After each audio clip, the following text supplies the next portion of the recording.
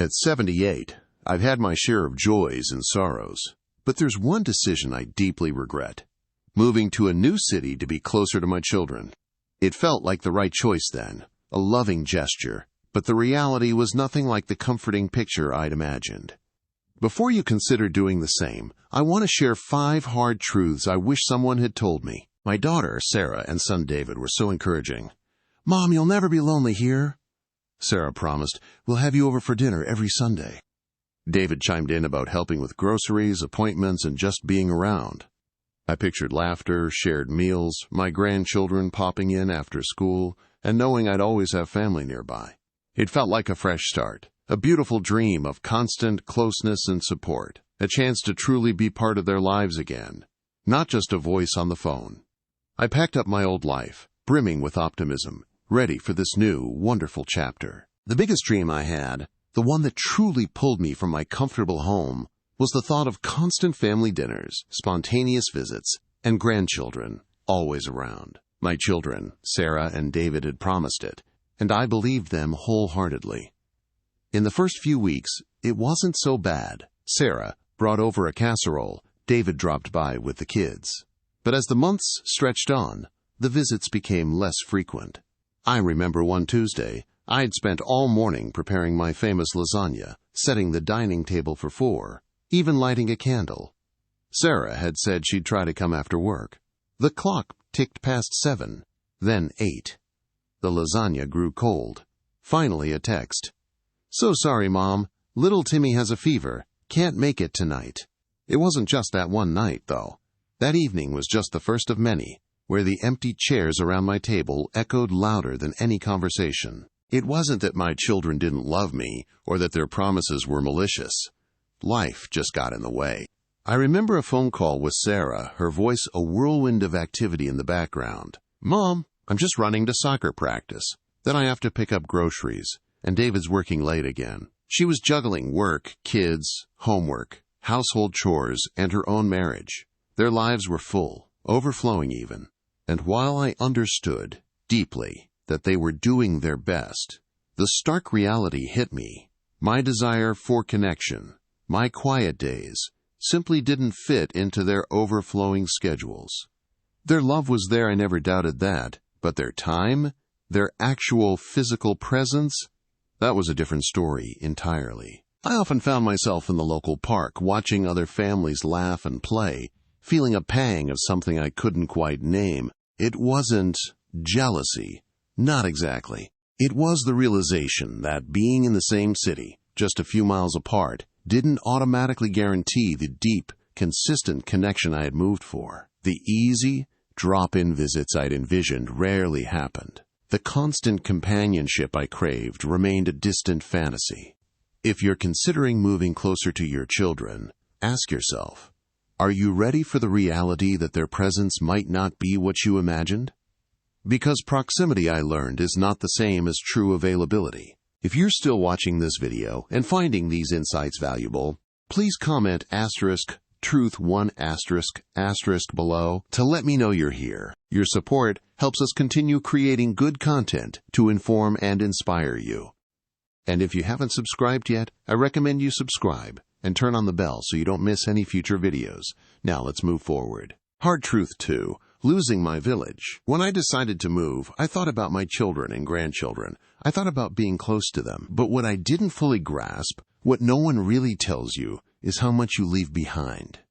It wasn't just my house, it was my entire world. My weekly bridge game with Martha and Joan, the coffee mornings with the ladies from the church, the neighborhood book club where we dissect stories and each other's lives with equal fervor. Those connections, built over decades, were the invisible threads that wove my days together. I remember one quiet afternoon here, in this new apartment. The phone sat silent on the counter. I wanted to call someone, just for a casual chat, to ask about their day, to share a small thought, and then it hit me, like a cold wave. My closest friends, the ones who knew my stories without me having to tell them, were hundreds of miles away. It felt like a gaping hole had opened up in my social life, a space no amount of well-meaning family visits could truly fill. I had left my village behind, and the silence was deafening. Of course, I tried to build a new village. My daughter Sarah, bless her heart, gave me a list of local senior centers and clubs. I went to a book club meeting, but everyone already knew each other, their conversations peppered with inside jokes and shared histories I wasn't a part of.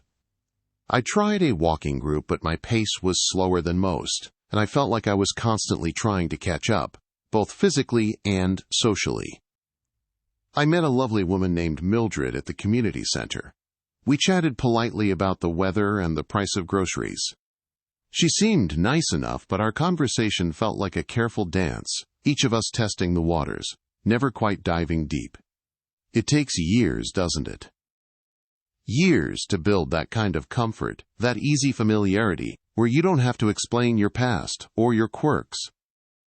You can't just walk into a new city at 78 and expect those deep, genuine connections to magically appear. You're starting from scratch, and it's exhausting. I found myself smiling more than I felt like smiling, trying to fit in, to make myself interesting, when all I really wanted was the effortless companionship I'd taken for granted for so long. My old friends, my village, they knew my history. They remembered my triumphs and my heartbreaks. They were there when my husband passed, when my children moved away for college. They were the ones I could call when I just needed to vent, or to laugh about something silly that only we would understand. Here, with new acquaintances, every conversation felt like an introduction, a carefully curated summary of my life. There was no shared past, no shorthand. It was like living in a beautiful house, but one where all the cozy, familiar furniture had been removed. When you pack up your life and move, you don't just lose proximity to your friends. You lose that irreplaceable comfort of shared history. You lose the silent understanding, the knowing glance across a room. And once that's gone, it's incredibly hard to get back. If you're considering moving to be near your kids, ask yourself, are you prepared to lose the irreplaceable tapestry of friendship you've spent a lifetime weaving? Because that comfort, that history, is a profound loss. If you're still watching this video and finding these insights valuable, please comment *truth2* below to let me know you're here. And if you haven't subscribed yet, I recommend you subscribe and turn on the bell so you don't miss any vital videos. Your support truly helps us continue creating good content to inform and inspire you. Now, let's talk about regret number 3, the price of unfamiliarity. Before I moved, I hadn't really thought about how much I relied on knowing my surroundings. I knew every shortcut, every quiet grocery store aisle, the best route to my doctor, even which pharmacist knew my name. It was all second nature. But here, everything felt foreign. I remember one afternoon, I needed to pick up a special brand of tea I loved. Simple, right? I put the address into my phone, but the streets were a maze of confusing turns and one-way signs. I got lost 3 times, missed a crucial exit, and ended up in a part of the city I didn't recognize at all. My heart was pounding, and I just felt this wave of frustration wash over me. It wasn't just the tea. It was the realization that I was utterly disoriented in what was supposed to be my new home. That intuitive sense of belonging, that comfort of knowing your own territory, was just gone. It was like suddenly being a child again, needing someone to hold your hand through simple tasks. This constant unfamiliarity quickly led to another problem, a quiet erosion of my independence. Back home, I handled everything. Appointments, errands, even figuring out a tricky bill. I was self-sufficient. But in this new city, I found myself needing to ask Sarah or David for help with things I'd always managed alone. Mom, have you found a good dentist yet? No, darling. Could you perhaps look one up for me? And could you call to book the appointment? Or, I need to renew my driver's license, but I can't quite make sense of these new forms online. Each request felt small on its own, but they added up. I started feeling like a burden, like I was constantly taking up their precious time. My children never made me feel bad, not directly, but I knew their lives were busy. And every time I asked for a favor, a little piece of my self-reliance chipped away. I was losing the rhythm of my own life, becoming dependent in ways I never imagined. And it wasn't just the practical things. It was the missing rhythm of community. My old town had its own pulse. I knew when the farmers market opened, who organized the annual spring fair, which cafe had the best morning buzz. There was a shared history, a local identity I was part of.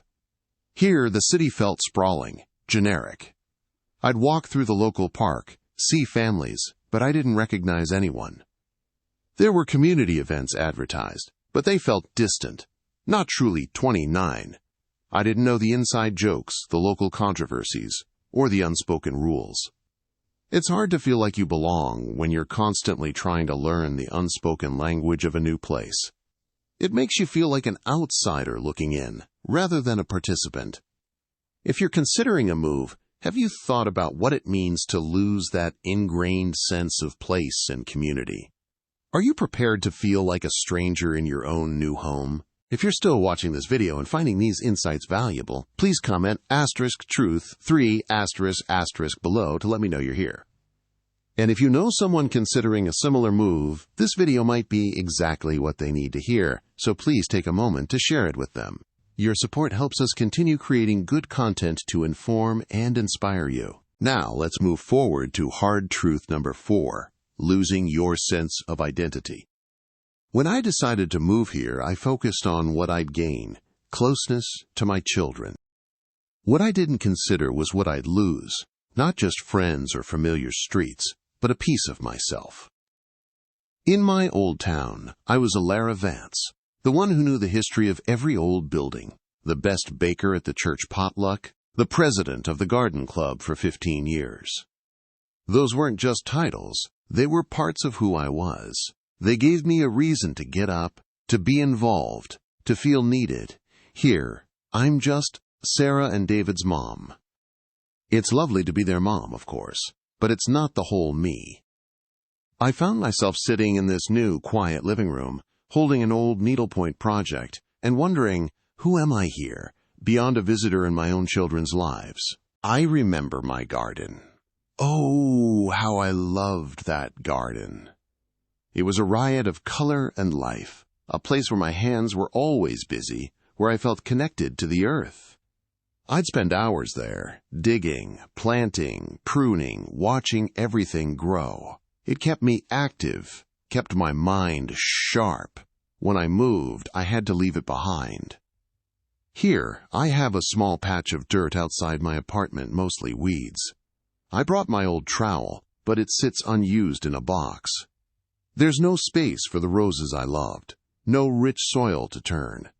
And, truthfully, the motivation just isn't there. That empty garden bed became a symbol of so much more than just a hobby lost.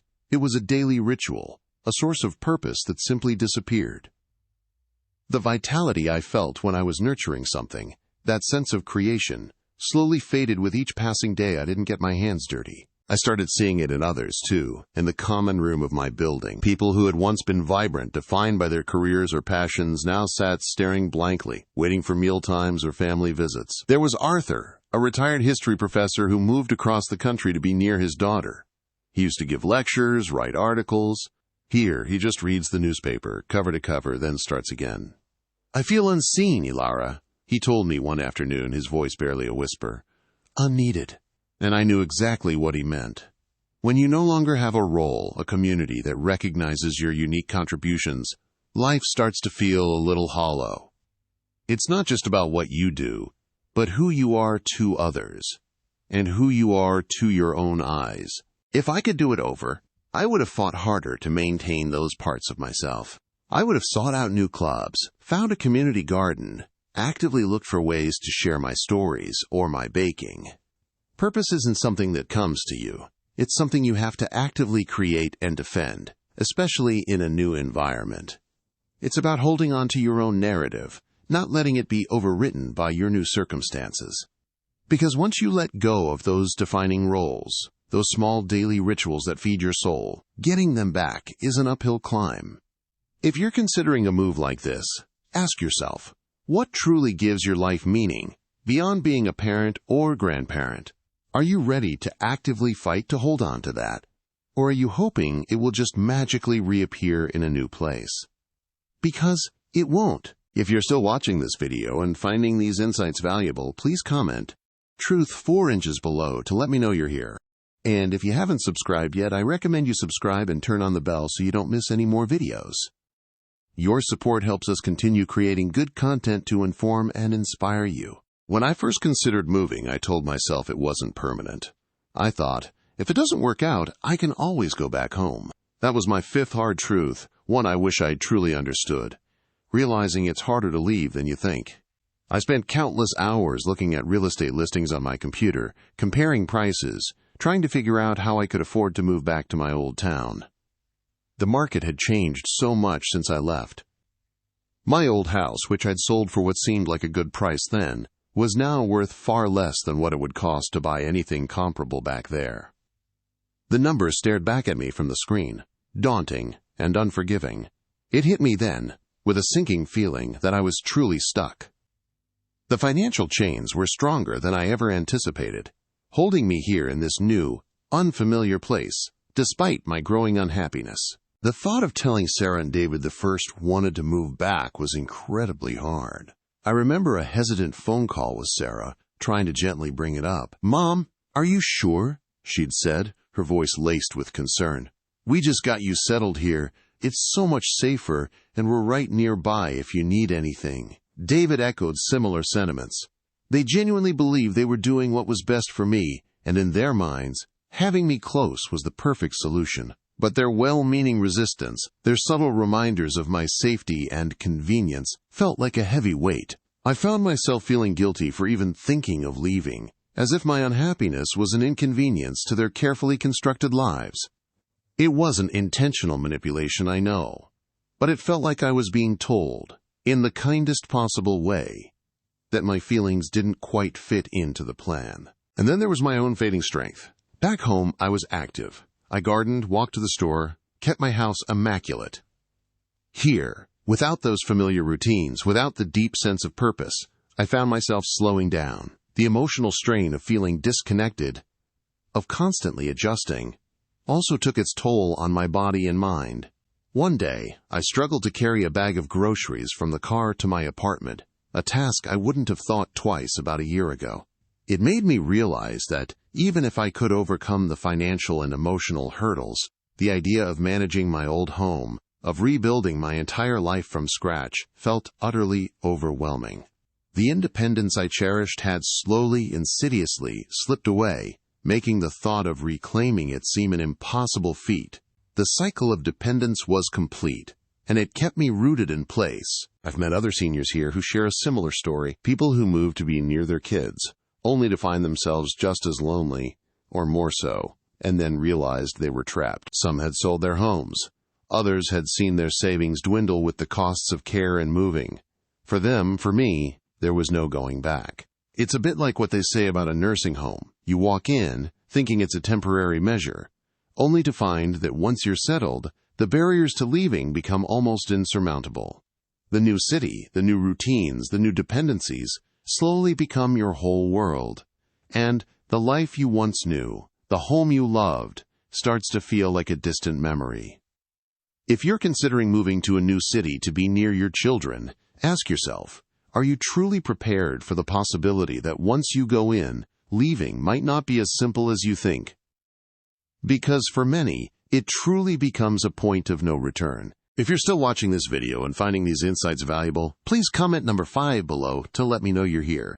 And if you haven't subscribed yet, I recommend you subscribe and turn on the bell so you don't miss any vital information. Looking back, I don't regret wanting to be closer to my children. That yearning for family, for shared moments, it's a natural and beautiful thing, but I do deeply regret not understanding the true cost of making that move. I believed it would bring us closer, but the reality was far more complex. We've talked about the 5 hard truths today. The illusion of constant togetherness, the profound loneliness of losing your village, the surprising price of unfamiliarity, the way you can lose your very sense of self, and the heartbreaking difficulty of ever going back. My children, Sarah and David, they meant well. They genuinely thought this would be best for me and for them. But the decision had unforeseen costs Costs I wish someone had laid bare before I packed that first box. My hope now isn't to dwell on my regrets, but to share these hard-won lessons, so you don't have to learn them the same way I did. So before you pack that box, before you commit to such a monumental change, please ask yourself some honest questions. Firstly, be realistic about family time. Will your children truly have the time you envision, or are their lives already overflowing? Consider a structured schedule for visits, rather than hoping for spontaneous ones. Secondly, truly investigate the new community. Don't just look at house prices. Look at senior centers, clubs, volunteer opportunities. Can you actively build a new village, or will you be starting from scratch with limited energy? Thirdly, I urge you to try a longer visit first, maybe a month or two, to experience the new city as a resident, not a guest. See if the rhythms feel right, if you can navigate it, if you feel a spark of belonging, and most importantly, create a plan B. What if you're not happy? What would it take to move back, financially and logistically? Having that escape route, even if you never use it, can be a great comfort. Ultimately, this isn't just about moving houses. It's about moving lives. It's about protecting who you are, your routines, the familiar faces at the grocery store, your favorite walking path, the quiet moments in your own garden. These things aren't just habits.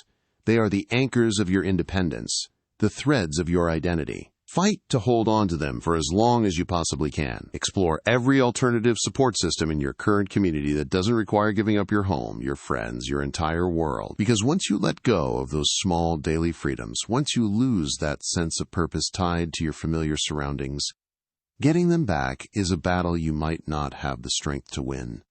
Your life, your precious, unique life, is worth holding on to for as long as you can manage it on your own terms. Thank you for joining me today and for listening to my story. It's been a vulnerable journey sharing these truths, but I truly hope they offer you some clarity and empower you to make the best decision for yourself. I'd love to hear from you now.